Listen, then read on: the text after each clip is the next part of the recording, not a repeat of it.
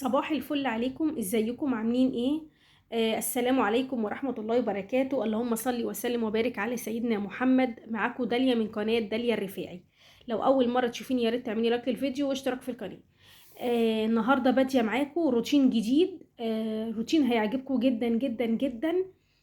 في شوية أفكار وفي شوية نصايح تاخديها اللي هم الآخر 3 أيام أو آخر 3-4 أيام كده من الشهر. طبعا إحنا كلنا الروتين اللي أنا عامله لكم النهاردة ده آخر يوم في الشهر. آم، يعني أنا بالنسبة لي آخر يوم في الشهر أو آخر 3-4 أيام في الشهر دول أنا خلاص فلوسي بتبقى خلصت، تلاجتي خلصت. البروتين أو يعني معظم العلافة بتبقى خلاص خلصت في ال في الخزين بتاع البيت يعني. فببتدي بقى ان انا ابتدي بقى ايه، افتح بقى الفريزر، افتح بقى الديب فريزر، اقلب بقى واشوف ايه اللي عندي. لكن انا اخر 3-4 ايام من الشهر ما بشتريش حاجه خالص خالص من بره. بحاول اقضي بالحاجه اللي عندي ايا كانت هي ايه. ببتدي بقى ان انا اكون بقى كام اكله كده زي ما بيقولوا. افتح الفريزر، افتح الديب فريزر، اشوف بقى الحاجه اللي عندي. انا هنا بقى بصراحه كده فتحت الديب فريزر، لقيت لك لفه جلاش وكام لفه كده صغننين متقطعين. ومعايا طبق كنت عامله شاورمه فراخ، طبق واحد، عايزه اقول لكم ان هو طبق واحد الصغنن الازرق ده. وشوية فلفل أنا كنت مخزناهم. قطيتين كانوا هيبوظوا. شوية اللهم صل على النبي. عايزة أقول لك إن كوباية اللبن دي أصلا كان كيس لبن عندي، اللي هو الكيس اللي هو اللبن البودرة، وأنا مدوباه في كوباية مية.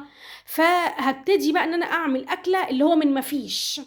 فتحت الديب فريزر بتاعي، لقيت لك بقى ايه شويه حتت كده ايه من ال يعني لفه جلاش صغيره خالص زي ما انتم شايفين كده. في نفس الوقت عندي حتة جلاش صغننة برضو من كيس تاني. فقلت بقى لا، ما بديهاش اعمل اكلة بقى من ما فيش.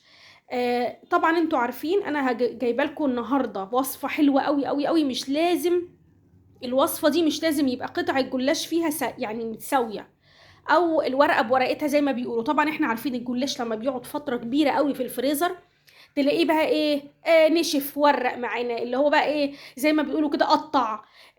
تيجي تفتحي اللفه تلاقيها مش متساويه. فانا جايبه لكم النهارده وصفه، قلت بقى الوصفه دي زي ما بيقولوا كده وصفه من ما فيش ببلاش. انا هنا عندي صينيه، حطيت فيها يا دوبك معلقتين زيت. انا بحب يبقى الاكل بالزيت، ما بحبش الاكل يعني في وصفه زي دي حباها ان هي تكون بالزيت. انت عايزه تحطي لها زبده او سمنه حطي. الوصفه دي بقى ايه، بصي انت هتجيبي شويه الورق الجلاش اللي عندك اللي متقطع اللي انت شايفاه ده، هتحطي نصه في قعر الايه الصينيه زي ما انت شايفه كده، نصه بس. وتبتدي تضغطي عليه ضغطه خفيفه. هي حاجه كده ما بين الجلاش وما بين البيتزا او الفطير الشرقي، حاجه كده في النص. يعني انت ما تفهملهاش لا جلاش ولا فطير ولا بيتزا، انت مش فاهمه. بس بنعمل على قد ما نقدر. زي ما بيقولوا كده، إعادة تدوير لأي حاجة عندنا. يعني على قد ما نقدر بنعمل إعادة تدوير لأي حاجة عندنا. آه، فأنا هنا اهو عندي بقى اللي هي اللفة اللي أنا بقول لكم عليها دي، وشوية بقى إيه قطع كده متقطعة، هي زي ما أنتم شايفين كده شوية قطع متقطعة. هحط بقى النص في الأول. بصوا بقى، عايزة أقول لكم، والنص التاني هحطه من فوق. طيب، وهحط بقى إيه يا دوبك برضو معلقتين زيت كده من على الوش عشان تطلع لي مورقة شوية. هفردها، مش هخلي الصينيه تبان خالص، هفردها كانها زي الايه الورق اللي هو ايه يعني متشبك في بعضه كده. وابتدي بقى ان انا احط عندي بقى الحاجه اللي عندي في الفريزر. عندك بقى اي حاجه حطي اللي موجود عندك حطيه، ما تشتريش من بره. ده اخر يوم في الشهر خلاص. انا بقى هنا عندي طبق زي ما انا قلت لكم، انا كنت عامله شاورما فراخ اهي زي ما انتم شايفينها. بشيل بقى ايه، بشيل جزء من يعني مثلا انا عندي بعمل شاورما او شايله طبق، بعمل لحمه مفرومه او شايله طبق. الطبق الصغير اللي انتوا بتقولوا ان هو هيبقى صغير ده ومش هيعمل، عمل لي اكله جباره. انا هنا في جزء عندي ما حبش الشاورما، وقالوا لي لا احنا عايزينها ايه بالجبنه. قلت لهم ماشي بقى احسن برضو، لان كده كده انا عندي الشاورما، بصوا زي ما انتوا شايفين كده عندي الشاورما كفت نص الصينيه بس. فقلت اعمل جبنه برضو. على فكره عشان تبقوا عارفين، دي جبنه بيضه، جبنه بيضه علب عاديه جدا جدا جدا. يعني مش لازم بقى، او لو عندك جبنه قريش بس انا حبيت احط ايه الحاجه اللي عندي. قطيتين عندي كانوا هيبوظوا، قمت مقطعاهم شرايح زي ما انتوا شايفين كده، وقمت حاطه عليهم بالمنظر اللي انتوا شايفينه ده. انا طبعا بحط على الجزء اللي هو بتاع الجبنه، انا هنا نصصت الصينيه نص جبنه، يعني نص الجبنه ونص التاني فراخ. برضو الفلفل الاحمر والاصفر اللي انتوا هتشوفوه ده برضو عندي في الفريزر. يعني ده برضو عندي في الفريزر. الزيتون عندي في الفريزر، انا ما اشتريتش حاجه خالص من بره. برضو شويه جبنه موتزاريلا احط، ما عندكيش حطي جبنه رومي، ما عندكيش مش مشكله خالص، اللي عندك حطيه. في بقى كانت عندي برضو كان عندي شويه زعتر كده، قلت احطهم. ادوا اللي زي ما بيقولوا الوصفه دي في حته تانية خالص. وبعد كده ابتديت ان انا احط الجزء بقى اللي هو اللي فوق. بصوا زي ما انتوا شايفينه كده، مش لازم ان الوصفة دي احلى حاجة فيها ان لو عندك اي بواقي من الجلاش بتحطيها بالمنظر اللي انت شايفاه ده، ولا تقعدي بقى ترصصي ولا الكلام ده خالص، ولا لازم تبقى المنظر يبقى حلو، ولا كنا زمان نقول ايه لو لفت الجلاش متقطعه حتتين ما ينفعش نحطها. لا لا لا خالص، دلوقتي الوصفه دي حلوه وطلعت جميله جدا جدا جدا، عامله زي ما تكون. يعني هما لما ولادي شافوها ما كانوش عارفين ده فطير شرقي ولا بيتزا ولا جلاش، مش عارفين، بس الطعم حلو وفي نفس الوقت ما رميناش حاجه. يعني اللفة دي كانت عندي بقالها كتير، وكان عندي نص لفة تانية برضو بقالها كتير ومتكسرة ومتهربدة ومش عارفة اعمل فيها ايه. بضغط بقى ضغطة خفيفة خالص زي ما انتوا شايفين كده، وابتدي اللي انا عملته من اللي هي بقى الحاجات اللي هي بقى البواقي بقى اللي عندي، يعني بقيت بقى الحشوة اللي جوه دي. انا طبعا ما حطيتش الحشوة كلها، الباقي بقى من الحشوة هحطه بقى من فوق. شوية طماطم بقى، شوية فلفل برضو، دلوقتي موسم الفلفل الأحمر والأصفر، برضو حلوة قوي قوي قوي الأيام دي. أهو شوية زيتون. عندك بقى حطي بقى من فوق جبنه موتزاريلا. برضو انا برضو الحاجات دي كانت بتبقى انا دايما بشتريها في اول الشهر، وتفضل بقى معايا الشهر كله، بجيب مثلا كيس وتفضل بقى معايا الشهر كله، فبتنفعني بقى افتح بقى الفريزر اخر الشهر، اخر 3 4 ايام دول، واطلع بقى اي حاجه بقى اطلع وابتدي اعمل اكله من ما فيش. وصدقوني والله يا جماعة الطبق يعني طبق الفراخ دوت نفعني جدا وانقذني جدا جدا جدا. لو ما عندكيش لا فراخ ولا لحمة اعمليها بجبن، ان شاء الله جبنة قريش. يعني انا عملتها بجبنة قريش كانت رائعة، كانت جميلة جدا جدا جدا. برضو انا هنا من فوق الوش حطيت بقى جبنة موتزاريلا، وحطيت كمان اللي هو الزعتر حلو جدا. انا برضو هنا ما كانش عندي لبن، بقيت برضو افتح كده في الخزين واشوف، لقيت عندي كيس اللي هو اللبن البودرة، قمت مدوباه في ميه وعلى طول. بصوا بقى انا يا دوبك بضغط ضغطه خفيفه بس عشان اللبن بس يطول ايه، بصوا زي ما انتوا شايفين كده، عشان اللبن بس يطول الايه الحشوه دي، وايه ويطول كمان ايه القطع بتاعه الجلاش ما تبقاش ناشفه معايا، تبقى طريه يا دوبك بس. وهدخلها زي ما بعمل جلاش بالظبط، او ايه او بيتزا او فطير، تلت ساعه بالظبط وتقفلي عليها. عايزه اوريكم اهو المنظر. انا دخلتها بقى الفرن يا دوبك قعدت يعني انت حطيها ربع ساعه على درجه حراره 180، وابتدي من ربع ساعه بقى افتحي شوفي المنظر. عجبك ماشي، ما عجبكيش لا قعديها كمان 5 دقايق. بصوا ده منظرها بقى، بصوا انتوا، بصوا يعني انتوا بقى بصوا واحكموا انتوا. لا عارفين لا هي بيتزا، ولا عارفين ان هي لا فطير شرقي ولا جلاش، ما انتوا مش عارفين هي ايه، بس هتدوقوا الطعم. عايزه اقول لكم كانت فظيعه. وعملت بصوا يعني صينيه، انا عايزه اقول لكم ان الصينيه دي كمان ممكن تتقدم في العزومات من ما فيش، يعني ممكن تبقى كمقبلات جنب الاكل في العزومات، تبقى طبق محترم كمقبلات في العزومات، تبقى حلوه جدا جدا جدا. وطلعت معايا من جوه طريه قوي، ومن بره مورقه بطريقه رهيبه. خلاص وداعا، يعني انا بصراحه الوصفه دي عجبتني قوي وقلت اشاركها معاكم. انا دايما اي وصفه بتعجبني وبجربها وبستفيد منها، لازم اجربها، ولازم اقول لكم عليها واشاركها معاكم، خصوصا ان هي اتعملت من شويه كلام فاضي في البيت، من شويه بواقي. انت ممكن من شويه بواقي، وهو ده الهدف بتاع الفيديو اللي انا عاملاه النهارده، اني انا من شويه بواقي في التلاجة والفريزر. انتوا عارفين الغلا اللي احنا فيه، من شويه بواقي في الفريزر. وكانت دايما يعني خالتي كانت دايما تقول لي، كانت هي دايما تقول لي الفكره دي، لو انت مثلا طبختي شيلي علبه واحده من اللي هي العلب بتاعت التلاجة اللي ينفع تخش في الفريزر دي، شيلي علبه طبيخ واحده كويس، هتنفعك بعد كده. عملتي باميه، عملتي فاصوليا، عملتي اي حاجه، شيلي علبه من الطبيخ دي وسيبيها لما تبرد خالص، وبعد كده انقليها من الحله للعلبه دي. طلعيها بقى في اخر 3 4 ايام من الشهر، لان احنا بنبقى خلاص بقى في اخر 3 4 ايام دول بنبقى خلاص، مش خلاص معناش فلوس بقى ان احنا نجيب حاجه تاني خلاص. انا بقى هنا هعمل جنبيها شويه بطاطس محمره ومكرونه، مكرونه بالطريقه العاديه اللي هي المكرونه بالصلصه العاديه جدا، وهعمل جنبيها بطاطس محمره. والصينيه دي بقت هي بقى يعني زي ما بيقولوا كده، هي الطبق الرئيسي بتاع السفره بصراحه، وانا عملتها من مفيش. فهو ده الهدف، اني انا كنت اعمل لكم فيديو زي ده علشان اقول لكم ان مش لازم اخر اسبوع من الشهر نعمل بقى اكلات اللي هو الواو، لا انا ممكن يعني انا دايما اعمل اخر اسبوع من الشهر ده، ممكن اعمل كشري بعدس اصفر، ممكن اعمل اللي هو الكشري اللي هو المصري بتاعنا العادي دوت، اعمل اكله زي دي. ابتدي بقى ايه، اشوف كده، افتح كده الفريزر واشوف الحاجات بقى اللي انا مخزناها، الخضار اللي انا مخزناه، ايه كمان.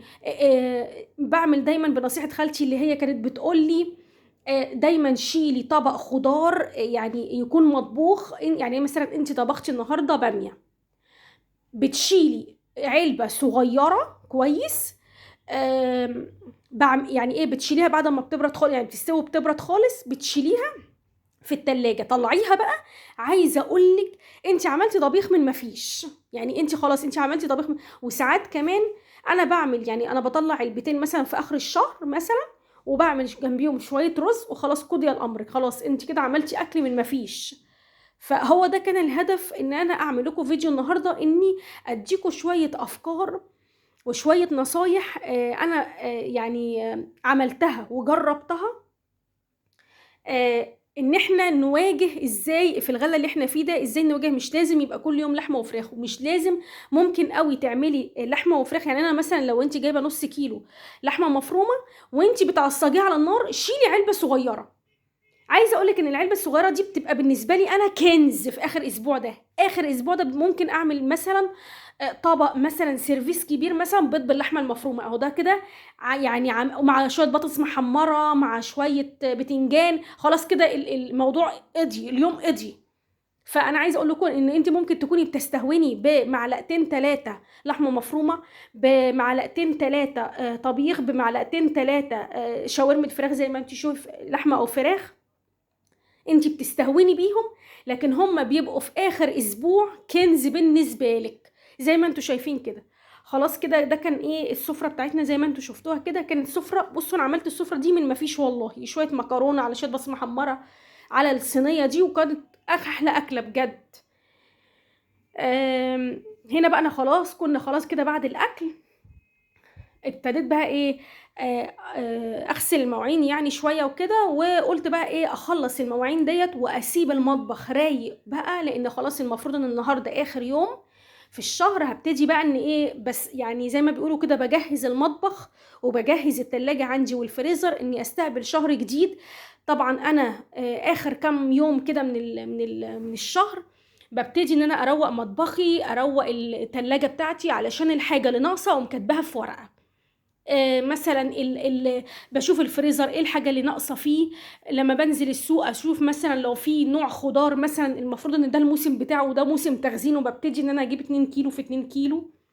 فببتدي على ايه انا دلوقتي يعني المفروض ان انا تاني يوم بقى رايحه السوق، وهبتدي عشان كده انا منظفه المطبخ، عايزه انظف المطبخ كله، افضي الحوض، عملت جرد في الفريزر ودي فريزر، اشوف الحاجات اللي ناقصه عندي من علافه لبروتين لكل حاجه، علشان افضي ويبقى المطبخ عندي جاهز وكمان رايق. يعني انا تاني يوم المفروض ان انا هنزل تاني يوم في السوق، المطبخ بقى لما اطلع الاقيه رايق بقى، اللي عايز يتغسل يتغسل، اللي عايز يتحط في الفريزر يتحط. هبتدي اعمل اكل جديد، فانا ما بعرفش اعمل اكل جديد او اعمل اكل او اقف في المطبخ غير والمطبخ بتاعي رايق ونظيف. فانا دلوقتي بروق مطبخي، يعني انضفه، علشان اخر يوم في الشهر ده خلاص انا بستعد اني استقبل شهر جديد. لو نزلت السوق ابقى مرتاحه، يبقى مطبخي رايق ونظيف، يبقى حاجتي نظيفه، ابقى كمان معايا ورقه، ودي حاجه مهمه جدا، الحاجات اللي ناقصاني بالكميات اللي انا عايزاها. فالموضوع ده مهم جدا. بشوف برضو لما بنزل السوق، بشوف الحاجات اللي هي يعني مثلا ايه، بيبقى نوع او نوعين خضار، بيبقى ده الموسم بتاعه. ما بشتريش بقى 5-6 كيلو بقى في الاسبوع الاولاني، لا، ممكن اجيب كل اسبوع 2 كيلو، علشان يعني ايه، ما يعملش معايا نقص او يعمل معايا عجز في بقية الاسبوع. ما كنش جايبة مثلا 5-6 كيلو نوع خضار واحد بس كويس، ويبقى هو خلاص انا قاعدة عليه، خلاص ما انا مش هقدر اجيب بقى نوع تاني، لان انا جايبة 5-6 كيلو منه، فخلاص مش هعرف اجيب نوع تاني.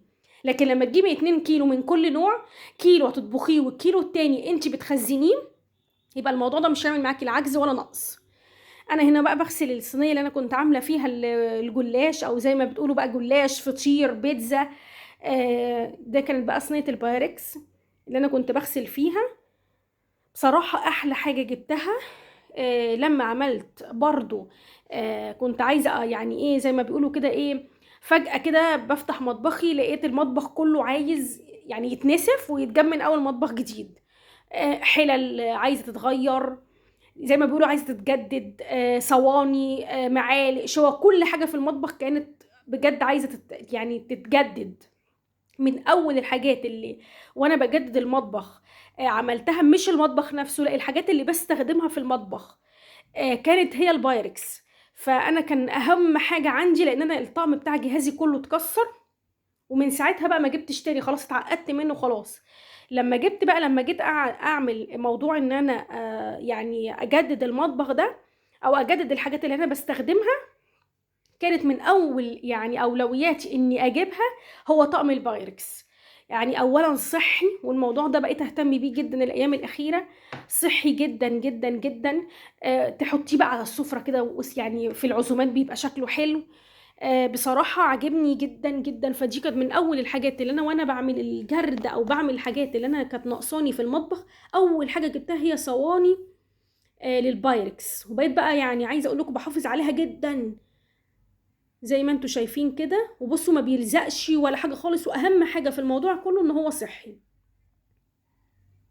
طبعا انا لما جيت عملت الجرد اللي انا بقول لكم عليه دوت علشان اعمل اجدد المطبخ، طبعا ما اشتريتش الحاجه كلها مره واحده، لا، ابتديت اشوف الحاجه اللي عندي. ابتديت اشوف الاول، اول حاجه خالص اللي بستخدمها يوميا هي الحلل.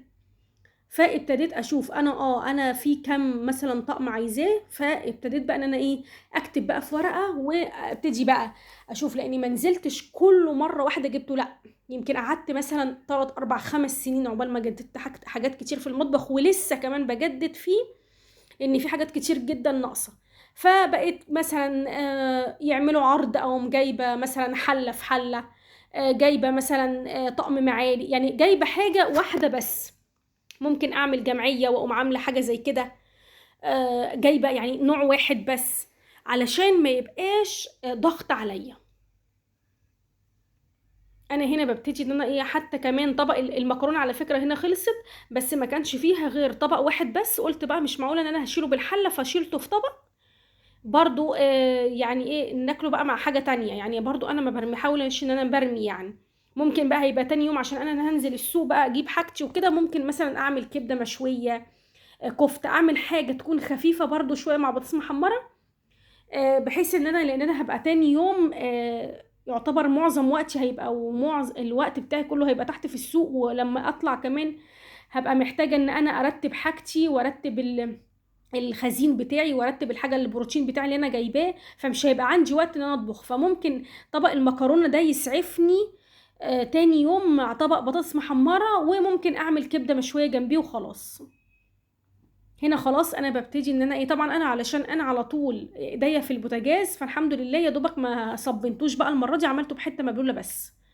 هنا خلاص انا ببتدي بقى خلاص افنش. انا خلصت الاول البوتاجاز، الحوض بالمواعين بتاعته، بعد كده البوتاجاز انتوا عارفيني، وبعد كده هوت الرخامة اللي على الناحية التانية والأرض، وكده خلاص أخيرا خلصت المطبخ وبقى جاهز لاستقبال الشهر الجديد.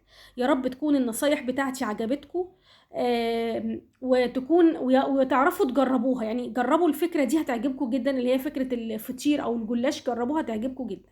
والسلام عليكم ورحمة الله.